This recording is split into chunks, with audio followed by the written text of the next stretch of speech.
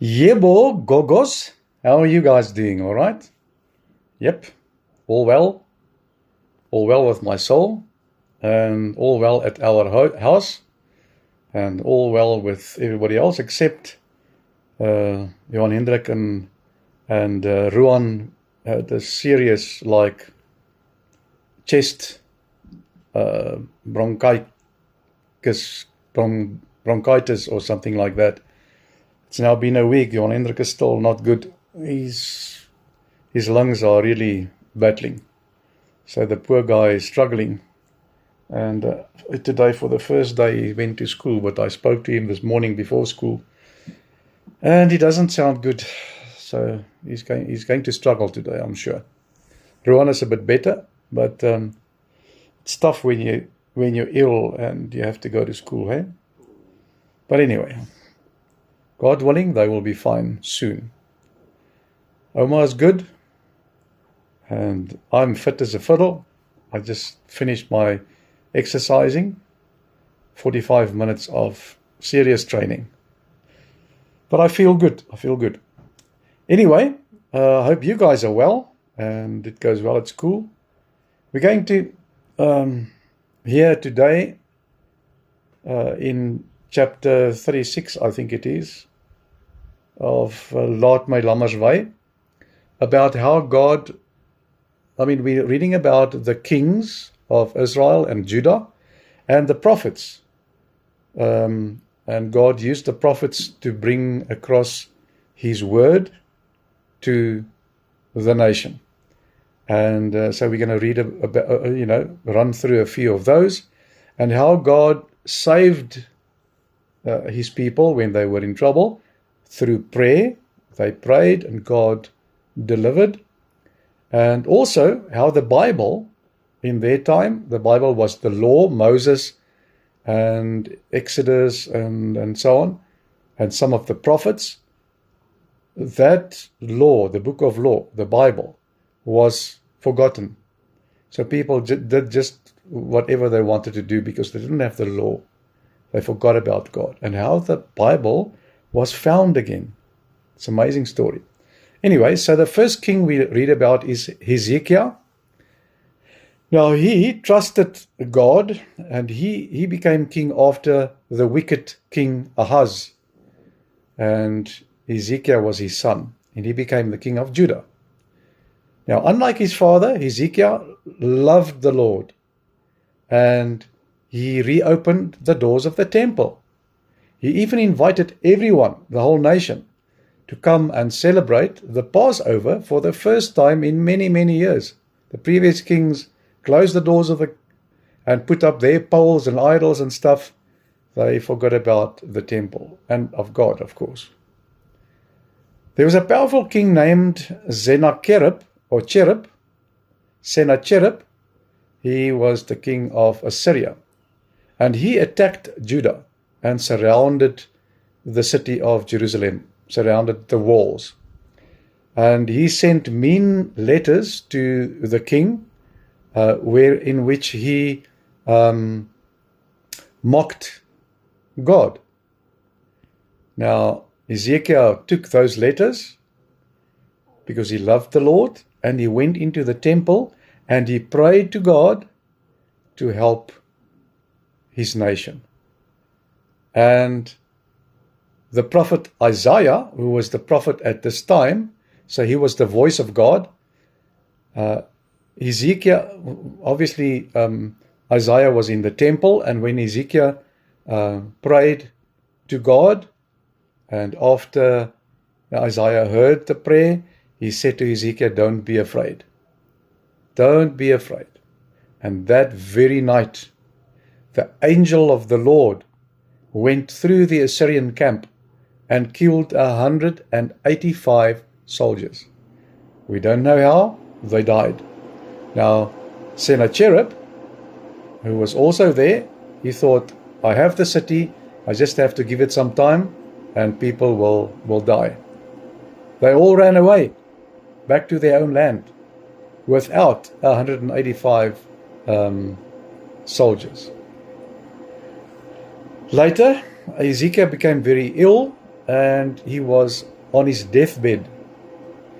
And he cried out to God and asked him to give him more time to work with his nation, with Judah.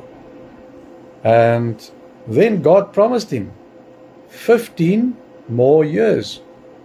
I'm sure he promised the 15 years through Hezekiah, or Isaiah, the prophet. But the point is, 15 more years. Now, how did he do that? Hezekiah asked God for a sign so that he will know that it is a promise from God. And what did God do? God moved the sun backwards 10 steps. Now, remember, in those days they had a sun clock or a sun watch. It is a little arm, you've seen it before, and then with marks on the plate, and as the shadow moves every day, it moves to the time.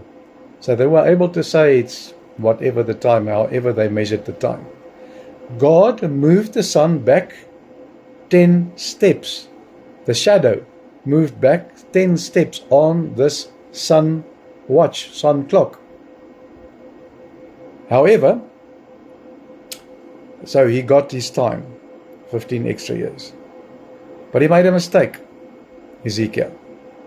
When messengers came from Babylon, he showed off. That's also a big nation that basically their enemies, but not a danger at the time. And he showed off all the gold and silver in the temple.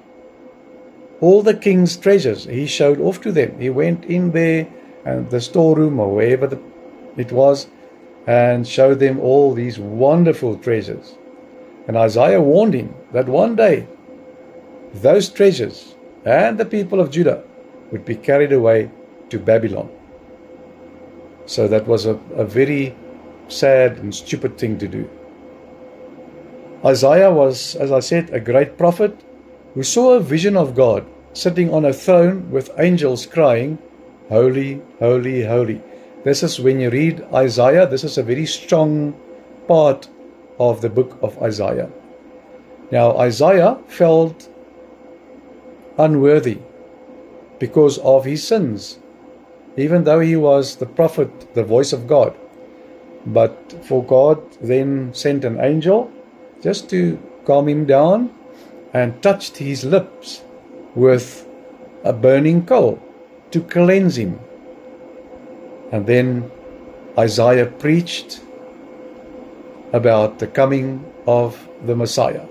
So when you read the book of Isaiah, much of what he writes there is a prophecy of the coming of the Messiah, of Jesus.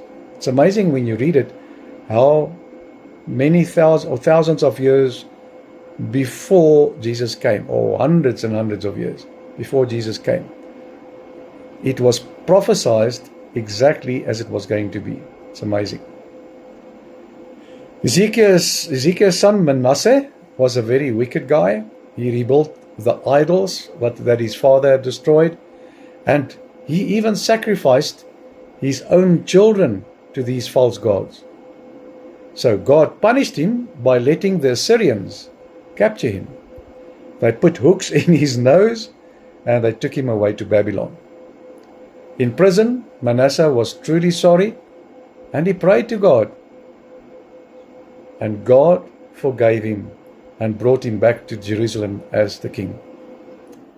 After Manasseh and his wicked son Amon died, Josiah became king. He was only 8 years old. He was a boy. Now Josiah loved God and wanted to fix the temple. Now while they were cleaning the temple, one of the priests found the book of the law, the Bible, the scrolls, that was put away somewhere in a storeroom, and everybody forgot about the book of law. When Josiah heard God's words, he tore his clothes in sadness because the people had been disobeying God. When you read the law, you see what the people do. You think, and he tore his clothes. He read the book to all the people.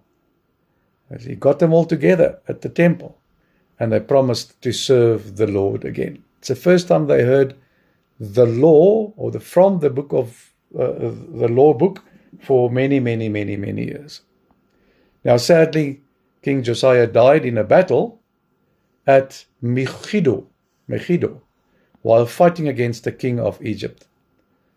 Now, you can imagine the people missed him very much, because he was a good leader and a God-fearing king. Okay. So that's it for today. Sleeping time. Sleep tight. Remember, Opa and Oma love you too.